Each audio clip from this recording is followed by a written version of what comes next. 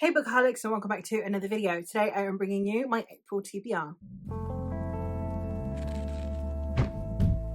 For the month of April, I am hoping to be getting to some of these books. These are all of my priority reads. I am also going to be doing my spinner wheels, so this is not going to be a very extensive TBR. These are just ones for vlog projects or book clubs that I need to get done in April. Without further ado, let's get into the books I'm hoping to read. The first one I'm going to talk about is one that I'm reading for a vlog project, so you won't necessarily see me talk about too much at the moment. They're not going to feature in any of the vlogs that will appear in April. It is going to be one of the books that is going to be in one of my summer vlogs, and that is The Old Man's War by John Scalzi. This is the first book in a very long series. I think it's maybe about 15-16 books long. In this story, we are following an old man named John Perry. He is 75 and he is really starting to feel his age, and he doesn't want to age, so he decides to join the military, because if you join the army, you get a new body. You get to be young again. You get put in a new body, and in exchange for 2 years of very hazardous service, you get to keep this body. To him, it seems more than worth his while joining this war so that then he can get a young body, which I think is going to be a really interesting discussion on like recruiting old men instead of young men, so that you can like live your life before you join an army, before you join the war. But also this idea of like, oh, the young have it so much better than back in my day mentality can get shifted as well. I'm excited to see how I fare with this and how I like the tone and how I like the way those things are discussed. I'm hoping that this will be my kind of vibe, but I'm not sure. I'm not going to lie. It might be one that I love, it might be one that I hate, and this will help me determine whether or not this is a series I would be interested in continuing. The next vlog project that I have planned is I'm also going to be doing another one of my horror vlogs. For those of you who don't know, I am this year working my way through different subgenres of horror to see what my preference within the horror genre is. I did this last year with romance, and this year I am working my way through horror. This subgenre is the one that I have the highest hopes for, and that is Gothic. I have 3 books for this vlog. The first one being Hungerstone by Kat Dunn. This, I believe, is a slightly reworked version of Carmilla, which is the book that inspired Dracula. It says here, perfect for fans of A Diary of Blood, which I loved, was one of my favourite books, and Amelia Hart's Wayward, which I didn't like. So we'll see which way I fall with this one. I believe that we are following a woman named Lenore who is in a soured marriage. They got married, and since then everything has gone a bit tits up. She harbours a dark secret from the last time he went hunting, so I'm assuming bro accidentally killed someone, and I believe that this is sapphic. So I'm very curious to see how I'm going to fare with it. I don't know if it's going to actually be vampiric in nature, or if it's just going to be kind of alluded to kind of in a similar way to what we have in House of Hunger, I think it is, by Alexis Henderson. I don't know if it's going to be in that vein. I'd be very curious to see. I'm excited for this one though.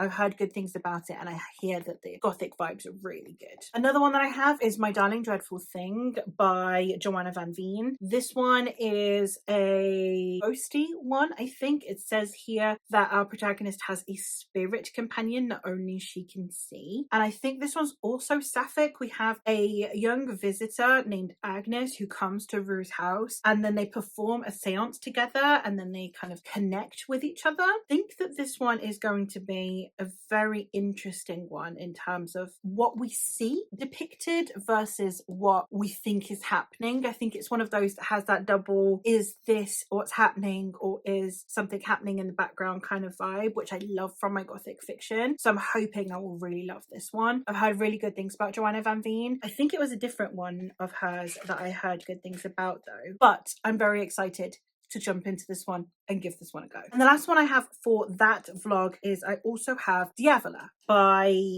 Jennifer Thorne. This one did get sent to me and left in the rain. I did get refunded, and then I have a cricket iron, so I managed to salvage the paper enough for it to be readable. The copy is completely fucked, but I should be able to at least read the book because I managed to get all the damp out of the pages. So that's why this copy looks like this. It's not that I abuse my books, I promise. This one I believe has a haunted house kind of vibe to it. It's set in Tuscany, I think, in a villa in a remote Tuscan town. And we are following our protagonist, whose family are very different from her. They're all very laid back, very go with the flow, and she's very like on it. They don't understand why she's wasting her like artistic talents on working for an ad agency. So there's a bit of that inverted trope of like, normally you have this really high-strung family and the laid-back character, and this one's kind of the inverse, which I think is going to be really interesting. And then I think that the house they're staying in is haunted. I think it will also start to air out kind of issues within the family, maybe. I'm really excited to give this one a go. I've heard good things, and I'm hoping that this will live up to my expectations when it comes to the tone, because that's the thing that's really important to me with Gothic, is the vibes and the tone. So hopefully this will do just that. And then aside from that, we just have the book club picks. I have 2 book club picks for April, which is unusual, but we're basically doing where every other month we are doing one of the Paladin series or the Saint of Steel series by T. Kingfisher. So April, June, August, and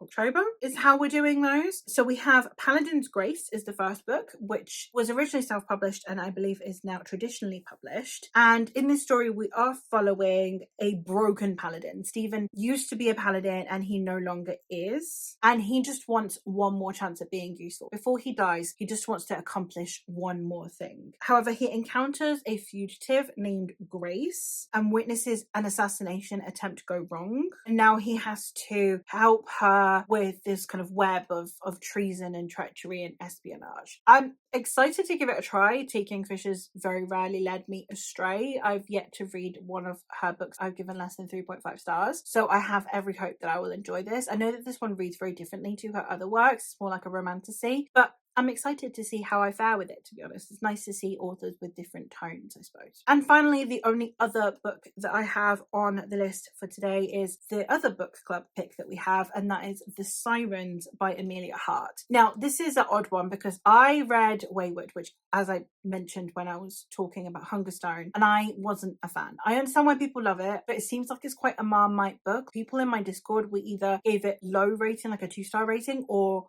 5. Like, there's very few in between. We put actually a poll up and it was an interesting one because it was quite close. People who loved it did outweigh the people who disliked it though. But I'm very curious to see how we're going to fare with The Sirens by Amelia Hart, which is the book club pick. This one is another one. This one's dual timeline instead of triple timeline, which should help. So it's set between 2019, when we are following a young woman named Lucy who awakes to potentially being throttled and then decides to flee to her sister's home in a remote town, but her sister's not there. And then in that town, she starts to unearth rumors about men disappearing and babies being abandoned. And I'm really curious to see what that entails exactly. And then we're seeing the 1800s, which I'm assuming is the time period that Lucy is investigating. And we are seeing 2 sisters, which are Mary and Eliza, who are torn from a loving home in Ireland. And as the 2 sisters are dragged away on a convict ship further and further away from home, headed towards Australia, the 2 women then start to notice changes in their bodies. So I suspect that is them becoming sirens, hence the magical realism aspect of this story. So we've had witches, now we have sirens.